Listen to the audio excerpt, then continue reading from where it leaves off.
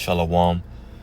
Call Aloyim, Yahweh Ba'ashem, Yahushai, Ba'ashem L'chakudash. Double honors to our apostles and elders of Great Millstone.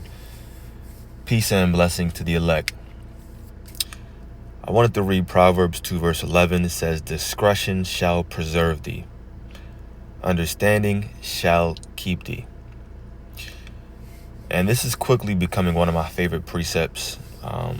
When you first come in, at least for me personally, you hear certain precepts about how we're going to be kings and we're going to have power. We're going to be ruling. We're going to be just like Yahushai. And it's like, yo, man, that's exciting. I'm looking forward to that. Can't wait.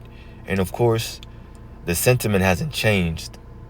And those are like, early on your favorite precepts. And that's what the Bible calls honey. Like it draws you in, it tastes good. And then of course later on things sink in, and the word, and not the word, but the ministry in general, knowing really what it's about, makes things bitter. It makes that honey that was sweet, tasting good, it's bitter now in your stomach. And that represents all the different trials and tribulations that you're going to go through in this ministry, like waiting in general, right? Hope deferred maketh the heart sick.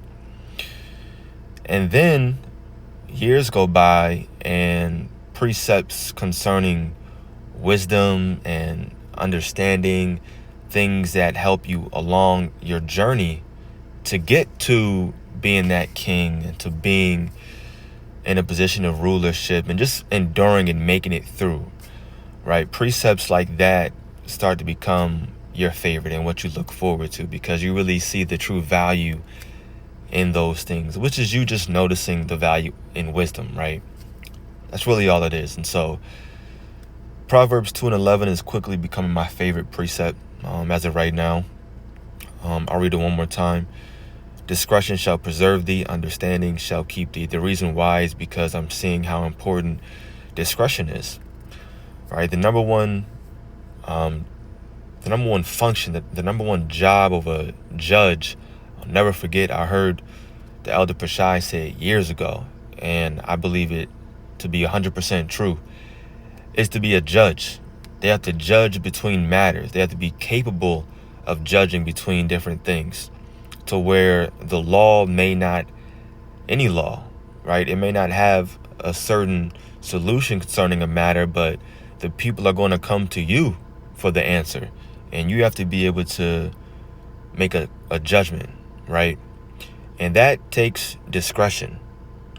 And discretion is just a very, very important characteristic to have, because it's going to allow you to have an easier walk in this truth. It's going to sustain you in this ministry. It's going to allow you to just endure in general. And that's what we want. We want to be able to make it through as peacefully as possible. Like the scriptures say, if at all possible, be at peace with all men. Things aren't going to be perfect, but we have to use discretion in these end days. And the reason why is because I don't want to quote it. I want to just read it first. Matthew 24 verse 12. And because iniquity shall abound, the love of many shall wax cold. So now I'm kind of bringing this long introduction, bringing everything together now. In these end days, we really have to continue and do our best to use discretion even more, because as rent increases, people's pockets are still staying the same. It's going to get harder and harder for people to just live. More and more people now, so than ever, are living paycheck to paycheck. Different jobs are laying off. I was even reading about in the tech world, the thing used to be a software engineer. And now because everybody and their mama is trying to do it, tech in general is just becoming oversaturated. It's super hard to get a job even in that. And so it's getting harder just to live out here. Of course, the price of food is just increasing every month. It just seems like, you're going there and what you're getting for $1 seems less and less every new season. Like, God damn. And of course, different things are being orchestrated. We could keep going on and on. I just made a video about how over 1 million chickens were just died in this facility. I think it was in Illinois. I'm probably going to upload that one before this. But a famine is probably being orchestrated.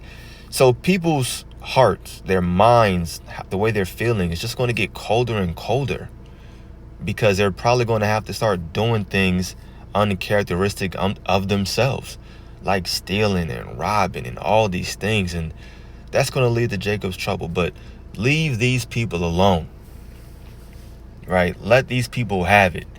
If you're driving, someone cut you off, don't try to flick them off, and yell at them, call them a punk, a weirdo, stupid fool, nothing. Leave these people alone.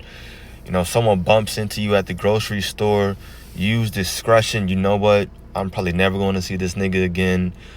You got it. Wave, smile, keep it moving. Use discretion, because that discretion is going to preserve you and keep you out of trouble. Allow you to just have a more peaceful walk. Take the low, because you're going to find yourself in some problems that you could have avoided as these days continue to get closer and closer to Jacob's trouble.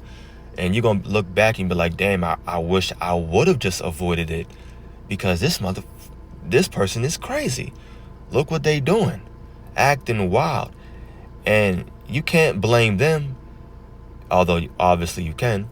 But we know what the scriptures say. The love of many is going to wax cold. Let these people have it, because they're going to go ballistic real soon. And people are already getting there. People are already on edge. And you can just feel it. You can see when you talk to them, people are tense. Everybody's walking around looking, if they're not looking mad or upset, they're looking just kind of down. People just look stressed out here. You don't see too many people just going on walks, smiling, just waving, saying hello. Nah, them days are over. It's over. Just like over here in the book of Isaiah.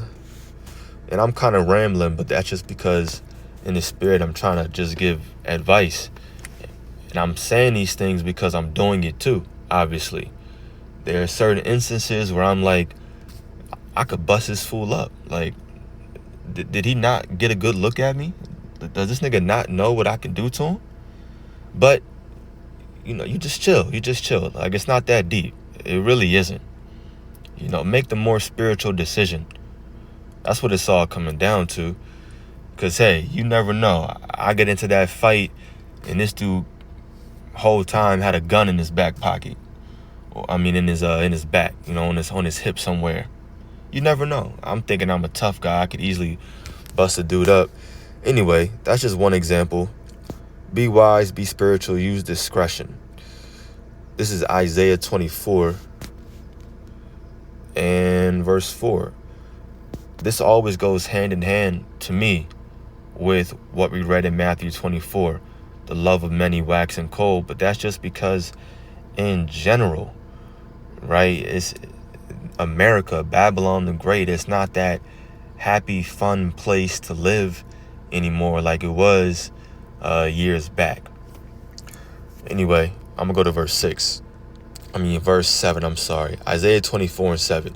The new wine mourneth, the vine languisheth, all the merry-hearted do sigh. Let me read this in the NLT. I like the King James, but sometimes it's just easier for a lot of people to understand without having to break every verse down in the NLT. It says, the grapevines waste away, and there is no new wine. All the merry makers sigh and mourn. The cheerful sound of tambourines is stilled. The happy cries of celebration are heard no more. The melodious chords of the harp are silent. Gone are the joys of wine and song. Alcoholic drink turns bitter in the mouth. The city writhes in chaos. Every home is locked to keep out intruders. Mobs gather in the streets, crying out for wine. Joy has turned to gloom. Gladness has been banished from the land. The city is left in ruins, its gates battered down. If I got to break that down for you, I don't know what else I can say. That's 100% straightforward. That's what's happening already right now. And the Bible says we're in the beginning of sorrow. So we're in the beginnings of these things happening. It's not that fun, joyous time anymore. Although you're still going to have your instances, obviously, of people still going on vacation and doing certain things. The Bible talks about people marrying and giving in marriage. And that's fine. Do your best. I'm clapping enough for you right now. Give that A+ effort. At the end of the day, people are struggling and we know it. Just to be good out here. I know out here in Maryland, you got to be making probably around 130, 140 minimum. That's minimum just to live decent, somewhat comfortable. And even then, probably still on edge a little bit. That'll give you a nice little apartment. That's it. Cost of living is crazy out here. Also in various places. But people are on edge. So leave them alone in these end days. Use discretion. Remember, the Bible talks about how the meek shall inherit the earth. That's not talking about someone who's just scared and timid, walking around with your head down like we always say. No, that's someone who's just humble. They take the low. You know what? Yeah, you can have it. I'm going to go here. Do what you have to do. You're using wisdom. You're using wisdom because you've been given wisdom from on high. You know it's going to come down the pipe. I'm not saying you can't talk to people and you can't say hello. But if you notice certain occurrences, different instances, things that could pop off, all right, yeah, let me leave this person alone, or let me not engage in this conversation. Maybe you do your best to die a conversation down if you see, it's getting heated, or it's going somewhere that you would rather not. A debate is sparking at the job and you're in the midst of it. Oh yeah, you know what? Hey brother, it was cool, but break is over. I got to go back to work, man. I got a lot to do. My just hands are tied. Let these people have it. Use discretion because it will preserve you. Let me go back actually to that book of Proverbs 2. And it's just better anyway. Who wants to deal with all this trouble? Even if it's family, if you can't talk to certain family right now, if you got to leave them alone, well, cool. The Bible talks about how that's just a sacrifice for right now. And you'll see them back in the kingdom in their right mind. Family, friends, it doesn't matter. Whoever you have to just leave alone, let them have it. And these are just easy examples to bring up. But obviously, as you hear this video, you should be thinking about examples in your life and things that have happened maybe in the past where you can say, hey, discretion would have told me to, maybe I should have done X, Y, and Z. My action should have been different. Well, great. Now you're learning and you use that experience for possibly if that same situation arises in your life in the near future. Let's look at this word discretion. Let's do it this way. Discretion, acting on one's own authority and judgment. Discretion has the meaning of acting on one's own authority and judgment. In law, discretion, blah, blah, blah. Okay. The quality of behaving or speaking. So it's the things that you're saying and doing. The quality of behaving or speaking in such a way as to avoid causing offensive or revealing private, or revealing private information. She knew she could rely on his discretion.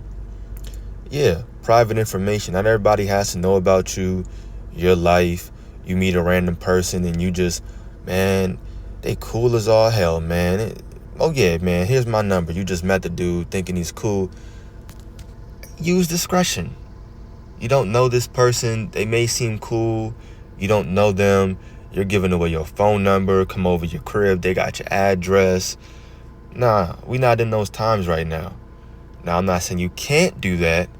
I'm saying to use your own judgment once again. Have discretion.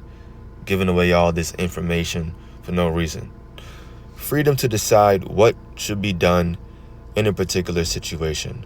I don't know about the freedom part, but in general, it's just you praying that the Lord gives you the proper decision to make.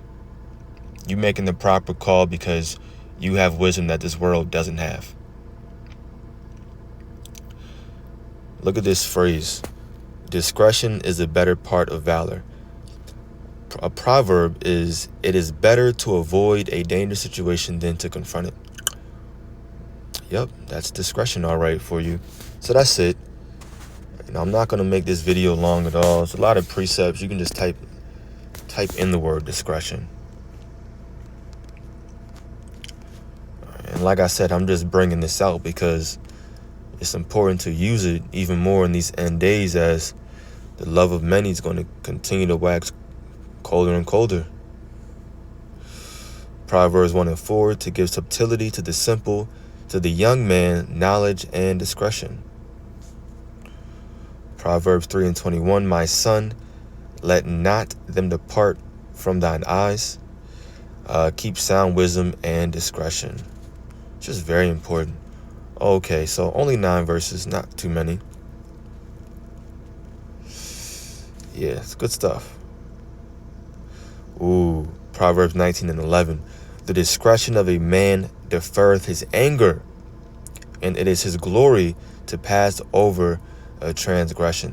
That's tough, because that's one of the hardest things to do.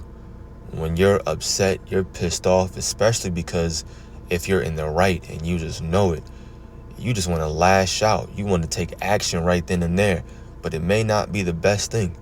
It may be not wise at all. But discretion, the discretion of a man deferreth his anger.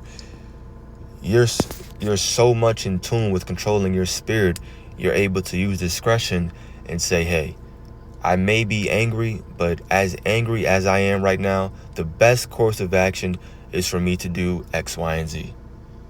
The best course of action is to talk things out. The best course of action is not to talk things out. Maybe I got to go over here, do this, do that, whatever it may be for the situation. Yeah. So use discretion, especially as we're getting closer and closer to these end days in Jacob's trouble. Call Halayim Yahweh Ba'ashem Yahweh Shai Ba'ashem Rachak. Double honors to our apostles and elders of Great Millstone. Peace and blessings to the elect. Shalom.